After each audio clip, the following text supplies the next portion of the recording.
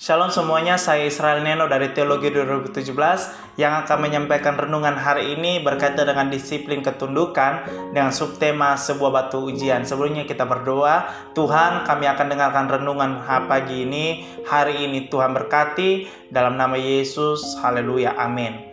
Teman-teman semua, kalau kita melihat dalam subtema kita hari ini tentang sebuah batu ujian, menurut pengertian Kamus Besar Bahasa Indonesia, ketundukan merupakan sebuah ketaatan kepatuhan bagi setiap individu. Kata batu ujian yang dituliskan Richard J. Foster merupakan sebuah bentuk kiasan dalam sebuah hal ketundukan, dikarenakan hal ini sangatlah bertentangan dengan setiap individu, karena pasti orang ingin diakui, pasti orang akan ingin menonjolkan dirinya karena dia bisa, dia mempunyai bakat dan sebagainya. Tetapi yang dimaksudkan dari Richard J. Foster menurut pandangan Alkitab, ini merupakan sebuah penyangkalan diri. Terlihat dalam Markus 8 ayat yang 34 mengatakan bahwa lalu Yesus memanggil orang banyak dan murid-muridnya berkata kepada mereka, setiap orang yang mengikut aku, ia harus menyangkal dirinya, memikul salibnya dan mengikut aku. Jika kita lihat dalam versi bahasa Indonesia masa kini, dikeluarkan dari Lembaga Alkitab Indonesia, mengatakan bahwa orang yang mau mengikut aku harus melupakan kepentingan sendiri, memikul salibnya tiap-tiap hari dan terus mengikut aku. Kata menyangkal, kita garis bawahi kata menyangkal. Dalam teks Yunani adalah apornemai, yang berarti mengabaikan dirinya sendiri, memperhatikan kepentingan orang lain, melupakan dirinya sendiri. Pertanyaan datang kepada kita, apakah kita mampu untuk mementingkan kepentingan orang lain daripada kepentingan kehidupan sendiri? Secara manusia pasti jiwa kita meronta-ronta. Karena apa? Oh, diri saya aja saya belum perhatikan, apalagi saya mau melihat orang lain, Itu. Tetapi firman Tuhan sangat jelas mengatakan bahwa setiap orang yang mengikut aku, ia harus menyangkal dirinya. Menyangkal dirinya harus apa? Melupakan kepentingan dirinya sendiri. Karena apa? Semua yang Tuhan berikan dalam kehidupan kita itu cuma hanya titipan. Sehingga apa yang kita miliki kita harus bagikan kepada banyak orang lain. Menyangkal diri artinya mendahulukan kepentingan orang lain. Masa-masa COVID seperti ini teman-teman semua, saudara-saudara, bahkan semua orang yang menonton video ini, terkadang lebih baik mementingkan diri sendiri daripada mementingkan orang lain. Karena apa? Mungkin keuangan yang terbatas, dengan hal-hal yang terbatas, lebih baik masih mencukupi dirinya sendiri saja, itu sudah bersyukur. Tetapi bagaimana respon kita sekarang terhadap firman Tuhan? Apakah kita mau seperti yang firman Tuhan, kalau engkau mau mengikut aku, engkau harus menyangkal diri? Pertanyaan datang kepada kita lagi, bagaimana respon? Apakah kita meresponi firman Tuhan, ataukah kita hanya baca dan lalu saja? Dan pertanyaan datang kepada kita lagi, apakah kita murid Tuhan, anak-anaknya Tuhan, saksi Tuhan? Kalau kita anak-anaknya Tuhan, pasti kita merespon firman Tuhan. Sehingga meskipun dalam hal apapun yang kita miliki, kita bisa bagikan kepada orang lain, itu sebuah anugerah, satu kehormatan. Menyangkal diri bukan berarti mementingkan diri sendiri, mementingkan kepentingan orang lain, bukan berarti kita tidak sayang kepada diri kita sendiri. Tetapi ada sebuah berkat Tuhan tersendiri atas kehidupan kita. Dari renungan ini, sebuah batu ujian dalam hal disiplin ketundukan, ada dua hal yang saya ingin bagikan. Yang pertama, mematahkan keegoisan. Kebiasaan kita egois ini semakin meningkat tinggi karena apa? Tidak ada Roh Kudus dalam kehidupan kita. Tetapi jika ada Roh Kudus yang memimpin kehidupan kita, keegoisan itu kita bisa patahkan. Karena apa? Kita melihat contoh dari Tuhan Yesus. Tuhan Yesus adalah manusia juga, seperti kita pada saat itu. Dan dia juga Tuhan. 100% manusia, 100% Tuhan. Dia pasti punya rasa keegoisan. Tetapi apa pada saat itu dia mau untuk masuk dalam keegoisan? Tidak. Tapi dia tetap tunduk kepada Bapanya yang di surga. Untuk melakukan apa? melakukan pengorbanan di atas kayu salib untuk menyelamatkan kita semua. Itu merupakan sebuah berkat yang Tuhan berikan. Berkat yang Tuhan berikan dalam kehidupan kita.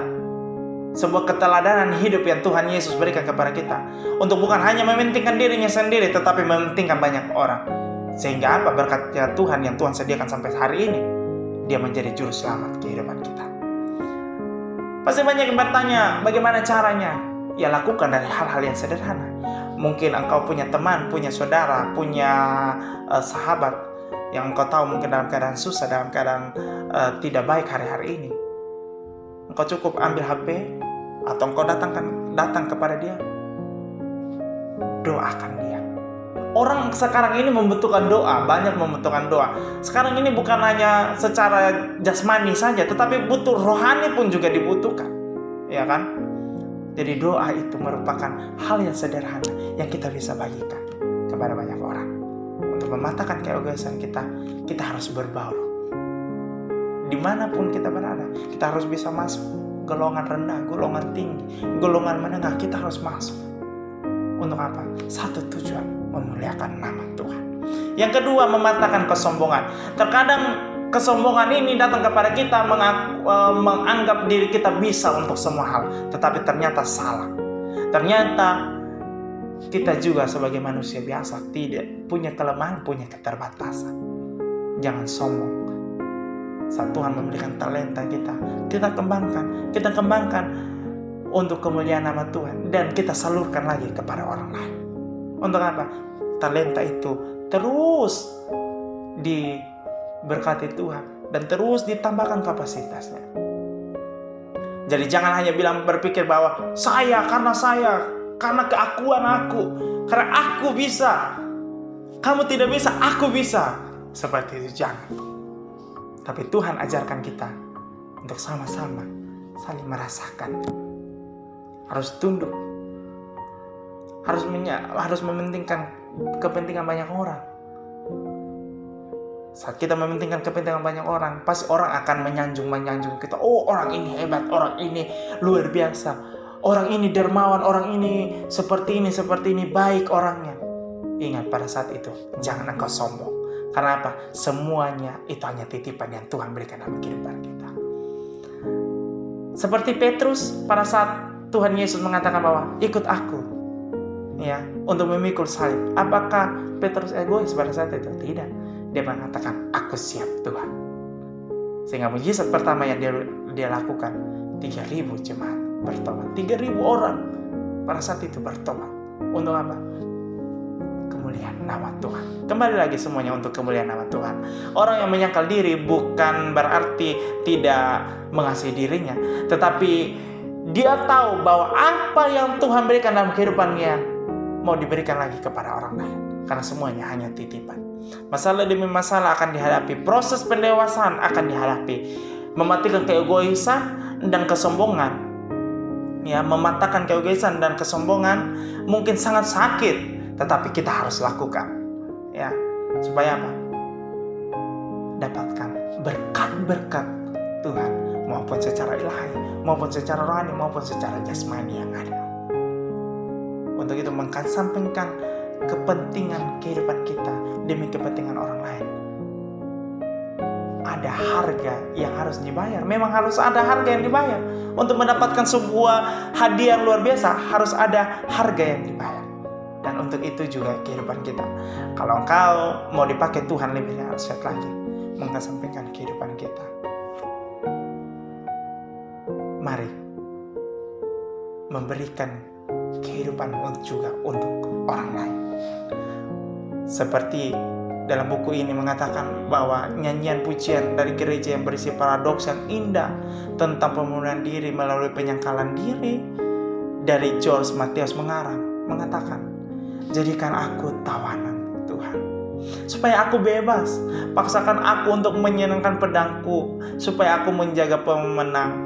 Aku tenggelam dalam bahaya kehidupan. Bila aku berdiri dengan kekuatan sendiriku, penjarakan aku dalam perlukan tanganmu, maka kuatlah tanganku. Artinya bahwa penyangkalan diri merupakan sebuah batu ujian untuk disiplin ketundukan. Kau yang disipin ketundukan berarti engkau menghargai Tuhan. Amin untuk firman Tuhan. Mari kita berdoa. Tuhan, terima kasih kami telah mendengarkan renungan hari ini. Kiranya Tuhan Yesus memberkati kami semua. Biarlah menjadi Allah dan terang kemuliaan nama Tuhan. Nama Tuhan terus dipuji dan dipermuliakan. Dalam nama Yesus, haleluya, amin.